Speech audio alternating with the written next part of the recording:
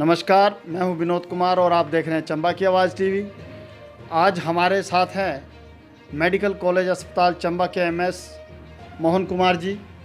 हम इनसे जो परसों एक डेथ हुई है राजनगर में, उससे लेकर जो कुछ लोगों के मन में सवाल पैदा हुए हैं, उन सवालों का जवाब तलाशने की हम कोशिश करेंगे। तो डॉक्टर मोहन सिंह से हम बात करते हैं। डॉक्टर साहब, पहले तो आपका चंबा की आवाज़ टीवी में स्वागत है। थैंक्स। दूसरा, डॉक्टर साहब, जो परसों डेथ हुई है, एक व्यक्ति आया था, किसी रोग से पीड़ित था, और जब यहाँ आया तो वो ब्रॉड डेथ डिक्लेयर किया गया। लेकिन जो उसकी सर आफ्टर डेथ जो कोरोना सैंपल लिया गया सर, उसकी जो रिपोर्ट है सर, वो डेथ के 30-36 घंटे बाद आई है सर। तो उस पर आप क्या कहेंगे सर, इतनी देरी क्यों हुई सर?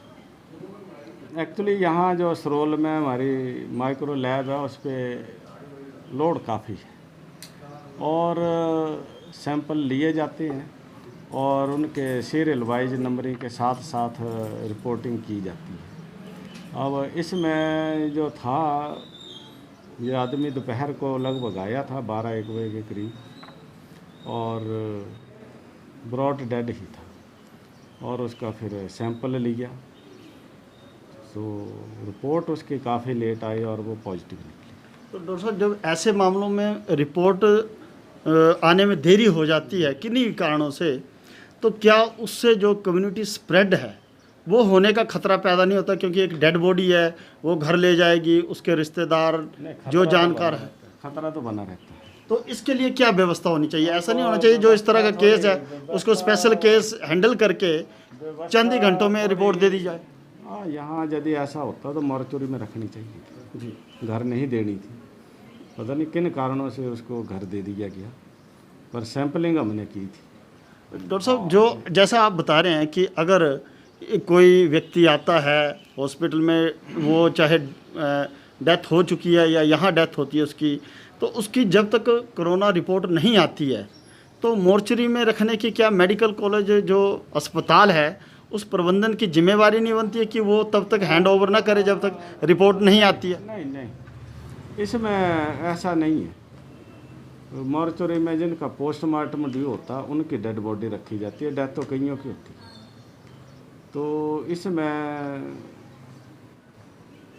इन्होंने सैंपलिंग के बाद दे दी घर, तो कुछ ना कुछ यहाँ पर जो डॉक्टर जहाँ नीचे अटेंड कर रहे थे और घर के थे, उनका कुछ ना कुछ होगा कि ऐसा कुछ भी नहीं है, हमने घर ले जानी है। सर, अगर उस समय इस बॉडी का सैंपल लेने के बाद जब तक रिपोर्ट नहीं आती है, फैमिली को हैंड ओवर नहीं किया जाता, तो क्या जो आज उस क्षेत्र में लोगों में जो थोड़ा सा डर पैदा हुआ है वो डर पैदा नहीं होना था? जो स्वास्थ्य विभाग को अब कॉन्टैक्ट ट्रेस करने पड़ रहे हैं, सैंपलिंग करें, ये प्रक्रिया करने की ज़रूरत ही नहीं पड़ती। अब किसी का डेथ हो जाए तो बड़ा एक मुश्किल सा बात हो जाती है कि जो हम इस कारण से इनको डिटेन कर रहे हैं, इससे ये कर रहे हैं, वो भी एक समस्या खड़ी होती है। पर इसको ले गए हैं घर और जो टेस्ट लेट आने की वजह से थोड़ा सा तरह के जो मामले इन फ्यूचर भगवान ना करे अगर आते हैं अस्पताल के समक्ष, तो क्या ऐसे मामलों में जो टेस्ट लिए जाएंगे उनकी जो है एक स्पेशल केस के तौर पर ट्रीट करके चंद घंटों में उसकी रिपोर्ट आने की व्यवस्था की जाएगी? तो सबके कहते हैं, हम सबके कहते हैं कि जल्दी से जल्दी आए। तो करता कौन नहीं है डॉक्टर साहब? फिर हमारी लैब पे लोड बहुत अक्सर हो सर, दूसरा एक समस्या ये इस हॉस्पिटल में ये आ रही है कि यहाँ 4 मंजिला ये अस्पताल है, यहीं लोग पेशेंट जो है उपचार के लिए एडमिट होते हैं, इसी बिल्डिंग में इमरजेंसी वार्ड भी है। तो जो लोग हैं, जो लोग जिनके सिम्टम कुछ ऐसे कोरोना से संबंधित पाए जाते हैं, तो उनके लिए क्या ओपीडी की अलग व्यवस्था नहीं हो सकती है सर? ओपीडी के यहाँ पर व्यवस्था नहीं है अलग। अब इमरजेंसी में जो मरीज आते हैं वो ये बोल के नहीं आते हैं कि मेरे को कोरोना है जी, वो किसी और सिम्टम से आते हैं कि मेरे को छाती में दर्द है, मेरा सांस घुट रहा ना जी। डॉक्टर साहब, वो बिना टेस्ट के खुद को कोरोना कैसे डिक्लेयर करें? नहीं कर सकते ना जी। तो हमने तो उसका इलाज करना कि जी रेदर देन कि जब तक 24 घंटे उसका टेस्ट ना आए तो हम उसको हाथ ना लगाएं जी। तो ये हमारा एक है ये लेकिन जब और डॉक्टर साहब करना वो तो पड़ेगा। जब डॉक्टर साहब वो इमरजेंसी को हम ऐसे छोड़ नहीं सकते। वही है सर, जब वो बंदा पॉजिटिव आ जाता है तो पॉजिटिव आ आपकी गया, उसके बाद इमरजेंसी वो- सर्विस तो सारी डिस्टर्ब हो गई।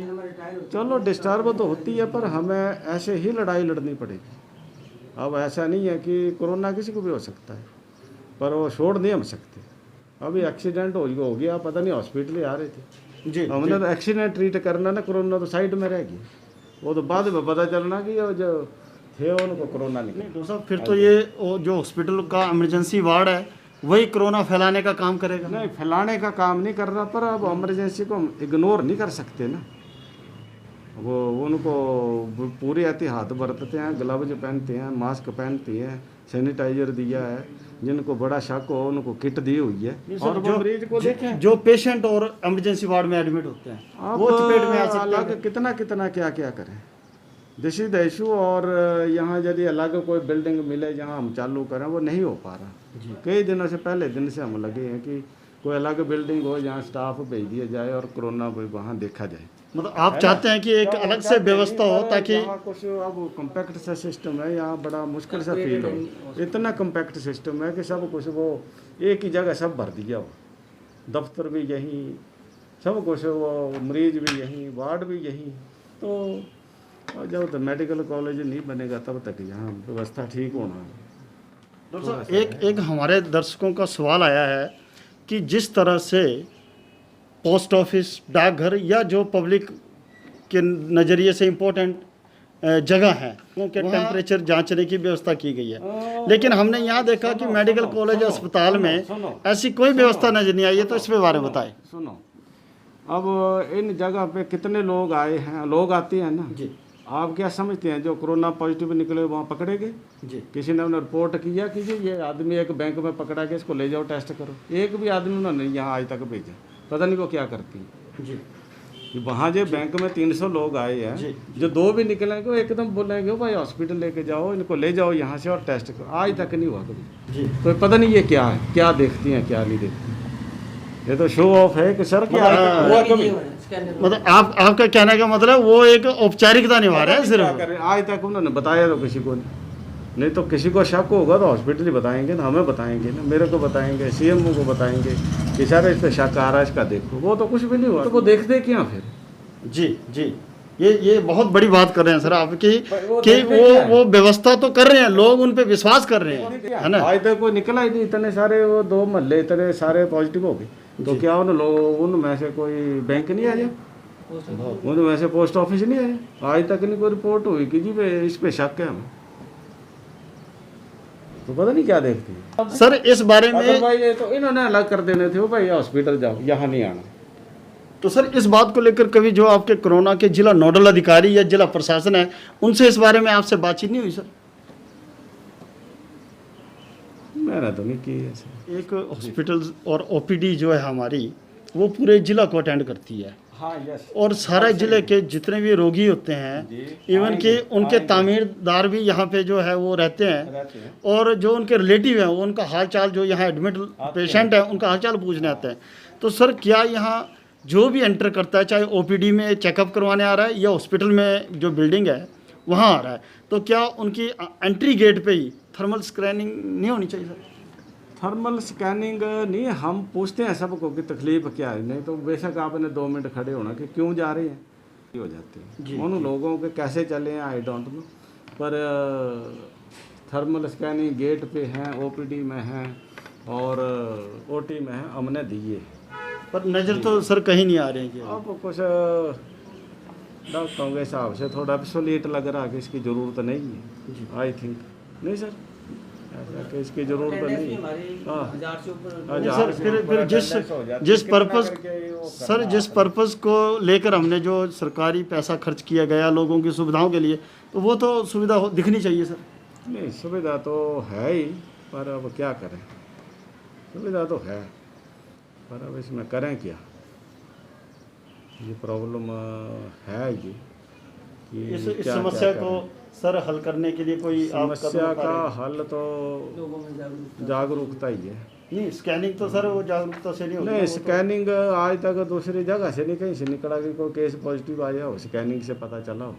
ये तो शुरू से है ये। इवन हम डॉक्टर हैं तो हम स्कैनिंग के पीछे हम उसकी ऑक्सीजन सेचुरेशन पे ज़्यादा ध्यान दें। अभी हम बात कर रहे थे एमएस मेडिकल कॉलेज अस्पताल चंबा से।